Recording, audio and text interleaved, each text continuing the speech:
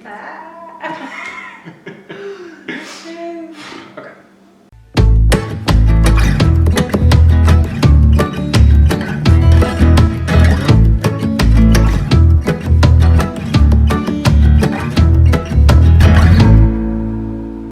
Hey everybody, welcome to the Quarter Life Crisis Project in this episode of RyCurious. My name is Ryan Ricardella and I am so glad that you're here. Today we're talking about what it's like to be a musician, and we're also talking about what it's like to be a young person of faith.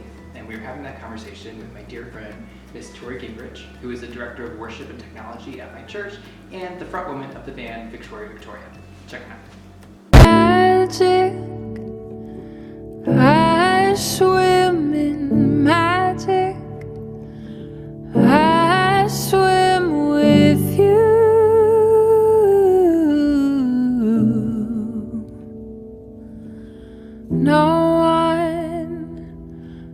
Nobody told me this is what lovers do. Magic, all I see is magic, all I see is you. It's true, this is what lovers do. So good, right? They're like amazing. I know you're asking yourself, like, why don't they have a world tour? Why isn't this on the radio? I don't know. I don't have answers for you. But what they have is a new EP called When to Talk, When to Pray. And I will link it in the description below so you can see the full EP, go to their channel, check out the videos that they put up. They're so well done, they're so professional, and just do yourself a favor and listen to all their music. It's amazing. So Tori, thank you so much for making time and for sitting down with us. I'm so excited that you're here. Thank you for having me. So I want to talk a little bit about like what it's like to be a musician, because I think, you know, for someone like me and for a lot of people watching who like have no musical inclination at all, we sit there and we listen to people like you and we're just like, how do you do that? How do you write a song? Like what is that like, you know, like how do you make like words come out of your mouth that don't sound like trash, like when I try to do it? So it's just your music as a whole, but then also, you know, the role you have as a leader, like a leader in the faith community and in our church, you know, what faith means to you, what role faith can play in the lives of people our age, and how your music and your faith kind of intersected, just like organic conversation about those two things. So let's talk a little bit about your music and Victoria. Yes. So how did it all get started? Like where did you get your influence from? Like who was involved? Like what's the origin story for Victoria? Yes. So I am actually from Ohio, and I moved to Winston-Salem when I was 18 with my best friend Hannah Riggin, who no longer lives here. She lives in California. But Hi, Hannah Riggin. Hi Hannah, I love you. But so Hannah and I played music together before we moved here, and then continued playing music together, and I got a really cool opportunity to record an album before I even had a band. So I actually crowdfunded to make my first album, and people were like, oh, these songs are awesome, can you come play these shows? And I was like, no, because I don't have a band. So luckily I was in a really incredible community full of artists who were just figuring it out, and so I basically just grabbed a bunch of my friends and said, do you want to come play my songs with me? And then that became Victoria, and now it's evolved. Like Hannah lives in California now. One of my best friends, Noah, who used to drum for us, now lives in Reno. So there are people who have been a part of, you know, my songwriting and performing, and that are all over the place. And but I'm still lucky enough to be performing with some of my best friends today as a part of Victoria. So That's awesome. yeah. And you talked about your songwriting. So that's something that I've always been curious to know about, is like, how do you like write songs, right? Like, you know, and I'm sure it's different like for each artist and also just like for different songs you have, but like, is it like, how structured is it? Like, does something just like come over you and you feel the need to write like right now, or do you have like set aside time to write and are there other people involved? Like, how do you take an idea in your head and like make magic with it, like Yeah. literally the song magic. So it does depend on what I'm writing. If there's like, I view it in two ways. There's like regular Tori who just uses songwriting to process emotion. And then there's like businesswoman Tori who has to get stuff done and is sitting down to intentionally write a song. So those times it would look a lot like me carving out chunks of time in my day because I have a deadline to meet, or someone's waiting to hear a snippet of something from me. And I think a lot of times I start with an idea, obviously, and I'll record myself just kind of spontaneously singing about that idea. And then I will go back and listen and piece those ideas or the phrases together that I liked. But in my day-to-day life, I don't take intentional time to sit down and write songs. When I'm processing an event or an emotion or an internal struggle, I will often do so by singing about it or playing piano. And if I feel like I keep coming back to an idea, I will record it, and then later on I'll sit down and kind of flesh that out into an entire song. Do you find that like the outcome is different? Like, do you feel like the songs that come to you organically are like better than the ones where you feel like you're just doing it because you have to deliver? Yeah. I wouldn't necessarily say that they're better. I think that I like them better. There are songs that I've written that I've done with other people or that I've contributed to that I don't have a strong emotional connection with per se, but I'm happy with the work that I've done. But a lot of times, some of my favorite songs that I've written are ones that feel like they were just caught or like placed in my lap and I didn't actually write them. So for me personally, I feel like I connect better with those songs that are, coming out of a place of raw emotion more so than when I'm like, okay, I gotta sit down today and write about a party or, something like that. So yeah. That's cool. Yeah, no, I mean, your songs, they're very, like, I would describe them as very honest. Yeah. Like, they really are, they just, like, they touch something in you. They're really so cool. And I remember the first time that I heard them, you might not remember this, but the first time that I, like, met you and heard your music was at your show at the Ramcat. Yes, I do remember. You do remember? I do. So, I'm connected to Tori by our dear friends, Bree and Chris. If you're watching, we love you guys so much. They're also the ones who brought me to church for the first time. I owe a lot to them for that. But they brought me to bring this to the show. Bree came to me and she was like, Ryan, like, my friend Tori is playing at the Ramcat. She's so amazing. She's so great. Like, do you want to come with us? And I was like, yeah, okay, sure. Like, I didn't expect you to be bad, but like, of course, everyone's going to say their friend sounds amazing. And I was just looking to get out of the house, honestly. And so I was like, yeah, I'll come. And I remember you had like these great shoes. You had like these like platform like sneakers on or something. Yes. And I was like, all right, I like her. And do you remember what other bands were playing that night? Because you were the last act. Similar. So we got there, like 3 other bands that went before you, and Chris and I are playing this drinking game where like if the word like blood or death was mentioned, yes, we would drink. And we kind of had to stop because it was going to get really bad because they were being mentioned a lot, and then Bree's just like, I promise you it's not something like that. And I was like, all right. It was an interesting It was an smell for interesting. sure. First of all, everyone's musical tastes are valid, and if that's your thing, like, yes. Absolutely. Not my personal Yes. preference, and I was a little bit afraid. So I was just like, all right. And then y'all got on stage, and it was just like, it was so incredible. And I immediately like got in my car on the way home, like put you guys on the iPod and was like listening to you in the car on the way home, and got my very first, got pulled over for the first time. Oh my god! So, awesome. Victoria is the soundtrack to my first run-in with the cops. Wow. So. I am honored. It's a very interesting night. That's awesome. But I just remember thinking like the the very first time I heard you, I was like, these are really like honest, they're really raw, Yeah. they really like touch something in people, and like the crowd was like way more engaged, you know, with you than they were, you know, with the other pieces. I think is because they sense that. So, Yeah. kind of speaking to kind of like the honesty in your music and just the things you touch on. You touch on like a lot of different themes, but there are kind of a few sort of like common threads that I kind of want to explore. One of which is, you know, we've talked on this channel before, and I'll link the video if you haven't seen it yet, about being kind to yourself and, so, you know, internal validation and you know, giving yourself some grace. And I think one of the things that we're often most critical about ourselves is our appearance and our bodies. And so you guys have a song called Body Body. Yes. And And it's a great song.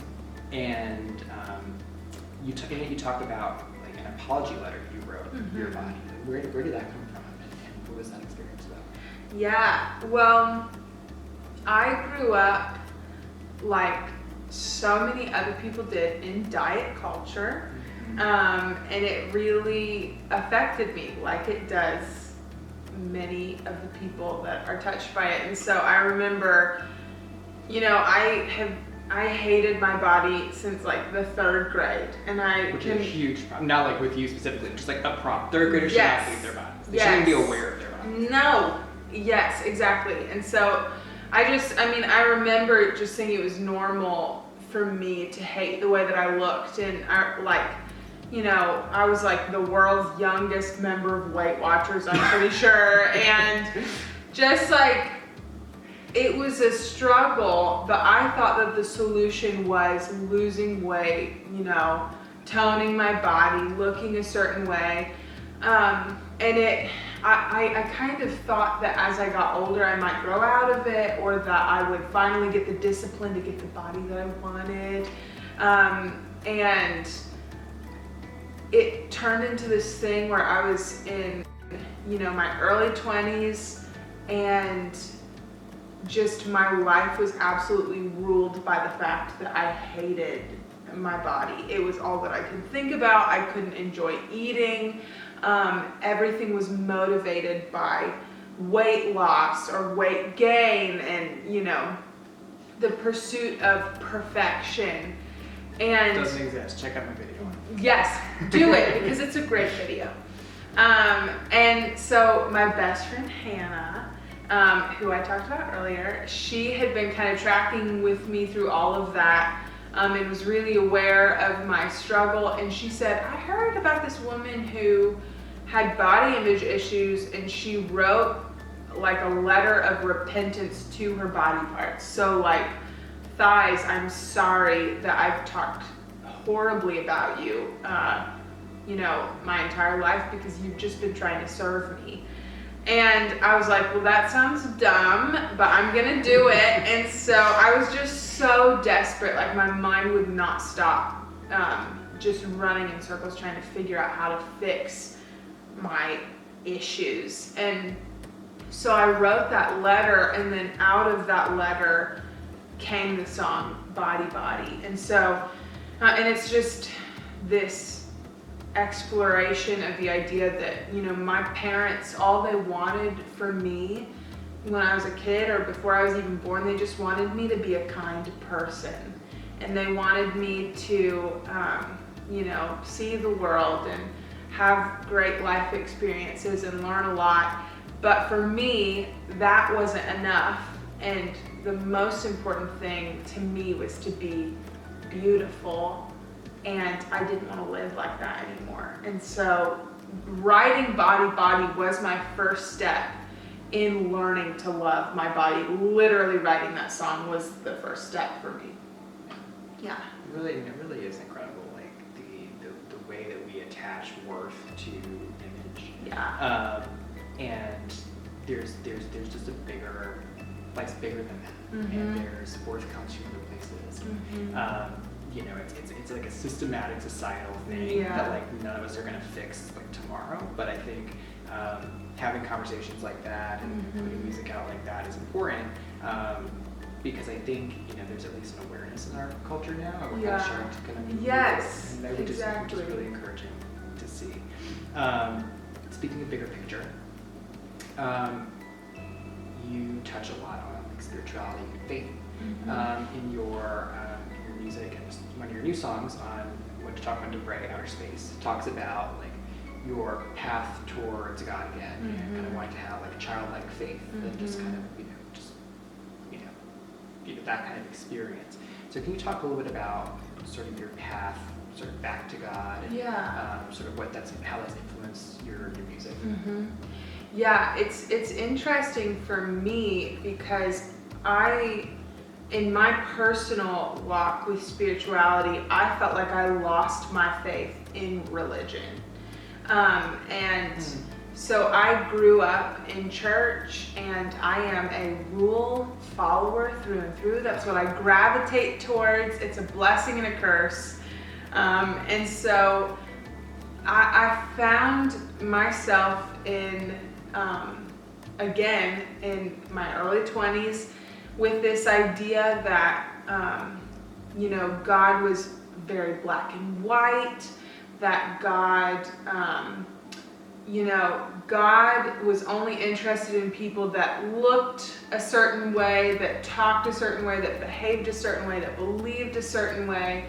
And I really just I grew up believing in this angry man in the sky. And honestly, that's a reason why so many of my friends have left religion altogether and abandoned spirituality, because of this idea being pushed of this angry, demanding, and cynical God.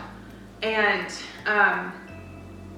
I found myself, I wrote Outer Space a few weeks before my birthday, and I think it was my 21st birthday. And I was just at this place where I was like, God, if you are the God that I keep believing in, this angry person, then I don't know what we're doing here. But there was something inside of me, and I think something that I saw in the people around me that didn't necessarily believe the way that I believed, but had like hearts of gold and were so kind and were interested in the greater good. And it was almost like I kept meeting God in interactions with those people over and over again.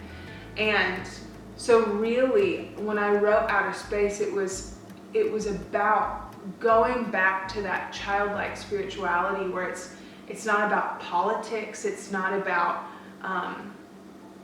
this anger and who's right and who's wrong, but it is about a God that loves everyone and is interested in the lives of everyone. And so I think that that's where I came back to my faith, is when I found God for myself and not just the God that I had kind of mindlessly accepted as a teenager.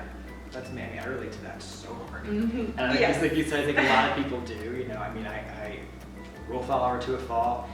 Grew up, being like, in a religion where it's very much like, here's like your checklist for how you stay out of trouble. Yes. And not like, here's what you mean to God, and here's what He wants for you. And you hear God is love, and you're like, that's nice. But like you don't really exactly. And it is like it's like for me, Tori, like I almost had, and I still honestly wrestle with it. I'm sure you do too. People do too. Like almost like this paranoia of like I'm constantly letting Him down, and and like He's gonna be so upset with me, and He's gonna like spite me, or whatever, and recognize, coming into a community, and I think community is a big part of it, to kind of reinforce this idea that like that's not what it's about, and that's not what He wants your relationship with Him to look like, is super important. And so I'm super glad to have found that with the church that we go to, and I've found that my resolve and my faith and just my like optimism has gotten stronger now that I go somewhere and hear the people speak about how it's supposed to be. So that's really, really cool. So what would you say, I guess, to people who are. And again, like for folks watching, like your belief system is yours, and it's valid. What would you say to folks though, maybe who are kind of struggling with that same mindset of wrestling with what they believe, or feeling like they're not living up to kind of a standard that they think that they need to be abiding by? What can our kind of experience, your experience, teach them? Yeah. I guess the main thing that I would say is that God is not afraid of our doubt. And Hang on one second. I'm gonna get this pillow, and I'm gonna embroider that on. yeah. God is not afraid of our doubt. He's not afraid of our doubt. Yes. I do embroider from time to time. Do you really? Do you want this pillow to take it out with you? I will. I'll just. Sometimes they turn out well, and sometimes they don't. So, but yeah, I think that is one thing that I keep coming back to is God is not afraid of our doubt. He's also not afraid of our humanity. And so many times we view imperfection as, or we view God as someone with a measuring stick. And he is so preoccupied with our imperfection and the ways that we're not measuring up. But what I found to be true in my own life is that God's love is made perfect and known in our weaknesses. His love and his power is even brighter in our weaknesses. And I've been met time and time again by God at the lowest points of my life when I've felt and expected to be reprimanded and to be punished. And like you said, the paranoia that's there, and that is not who God is. So that's what I would say. Yeah. Love that. Amen. Amen. We went to church today. We did. So this has been such a great conversation, Tori. So I think I'm interested to know, I'm sure the people who are watching are interested to know what is next for you personally, and what's next for Victoria, and how to keep up with you in your journey. Okay, well, personally, I am just really digging into relationships with the people around me. That's been kind of the theme of this year, and I got married earlier this year. Yay! So really just personally, I'm just still learning how to be a better friend and a better partner, and just a better person all around while giving myself grace. Another theme. And then for Victoria, that's a whole nother story. So we did just release our EP, and you will hear it here first. We're about to release a Christmas single. Yeah. I had no idea. I'm legit excited. Privilege. You literally are. I didn't even plan on that. That's incredible. Yeah. So we're gonna do that, and then I am already writing for a new album. So there's no timeline for that yet, but we'll start recording in January. Oh, I'm so excited. Yeah, so, and you can find us on Instagram at Victoria Music, on Facebook at Victoria Music, and online at victoriavictoria.org. Love it. Yes. Great plug. Tori, thank you so much Thank for you being for having here. Oh, it's my me. pleasure. Thank you all so much for watching. If you like this video, be sure to give it a thumbs up and share with all your friends, and subscribe if you haven't already. We will see you next time. See you next time. This is a sanctuary. I know better to let you in. I know better to let you in. This is holy ground. I know better to keep you round. To set a table for